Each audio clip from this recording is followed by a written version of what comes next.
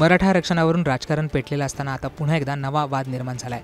एकनाथ शिंदे यांना आरक्षण द्यायचं आहे, परंतु देवेंद्र फडणवीस त्यांना थांबवत आहेत असं वक्तव्य जरांगेंनी केलं होतं।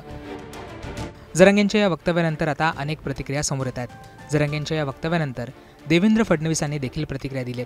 देवेंद्र फडणवीस नेमकं काय म्हणालेत ऐकूयात। मला हे याची कल्पना आहे की जरांगे पाटलांचं माझ्यावर विशेष प्रेम आहे, पण हे देखील मला या निमित्ताने सांगितलं पाहिजे की राज्याचे सगळे अधिकार हे मुख्यमंत्र्यांकडे असतात। इतर सगळे मंत्री मुख्यमंत्र्यांनी दिलेल्या अधिकारांवर त्या ठिकाणी काम करत असतात आणि मी तर त्याच्या पुढे जाऊन म्हणेन, कारण शिंदे साहेब आणि मी एकत्रितपणे काम करतो। शिंदे साहेबांना पूर्ण पाठिंबा आणि पाठबळ माझं आहे, त्यामुळे या प्रश्नाचं उत्तर माझं मत असं आहे की त्यांनी शिंदे साहेबांना विचारावं आणि मुख्यमंत्री एकनाथराव शिंदेजींनी जर असं म्हटलं की मराठा आरक्षणाकरता कुठलाही निर्णय घ्यायचा त्यांनी प्रयत्न केला आणि तो प्रयत्न मी थांबवला, तर त्या क्षणी माझ्या पदाचाही राजीनामा देईल आणि राजकारणातून देखील निवृत्त होईल। याचं कारण एक लक्षात ठेवा, आजपर्यंत मराठा समाजाकरता जे काही निर्णय झाले ते एक तर मी केले, नाहीतर शिंदे साहेबांनी केले आणि शिंदे साहेबांच्या पाठीशी भक्कमपणे मी उभा राहिलेलो आहे। त्यामुळे अशा प्रकारे जाणीवपूर्वक नरेटिव्ह तयार करण्याचा प्रयत्न अतिशय अयोग्य आहे। मी पुन्हा एकदा सांगतो, शिंदे साहेबांनी जर या ठिकाणी सांगितलं की मराठा आरक्षणाकरता त्यांना निर्णय घ्यायचा आहे आणि त्या निर्णयामध्ये मी अडथळा निर्माण केलाय, मी निर्णय होऊ दिला नाही, त्या क्षणी राजीनामा देईल आणि मी राजकारणाचा संन्यास देखील घेईल। फडणवीसांची प्रतिक्रिया समोर आल्यानंतर यावर एकनाथ शिंदे यांना प्रश्न विचारण्यात आला। मराठा आरक्षणामध्ये फडणवीसांची मोलाची भूमिका होती असं एकनाथ शिंदे यावेळी म्हणाले।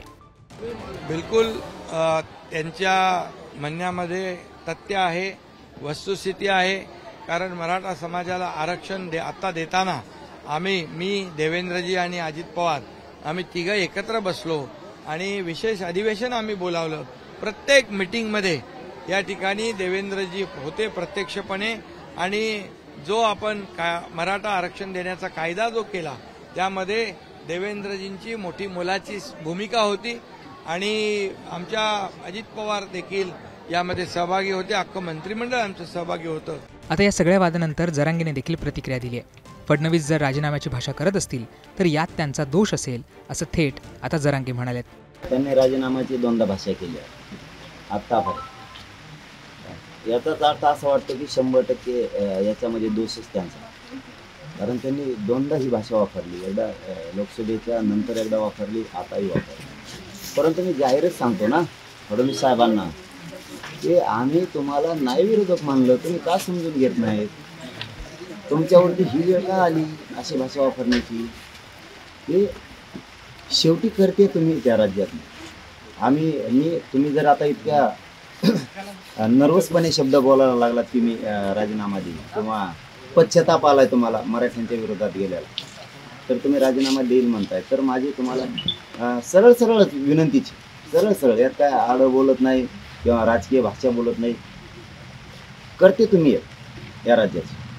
तुम्ही मराठ्यांचं आरक्षण रोखलंय हे सत्य आहे, तुम्ही ते द्या ना। सगळ्या स्वारीची अंमलबजावणी तुम्ही रोखली, हे नाकारून तुम्हाला नाही चालणार, तुम्ही काही म्हणले तरी पण।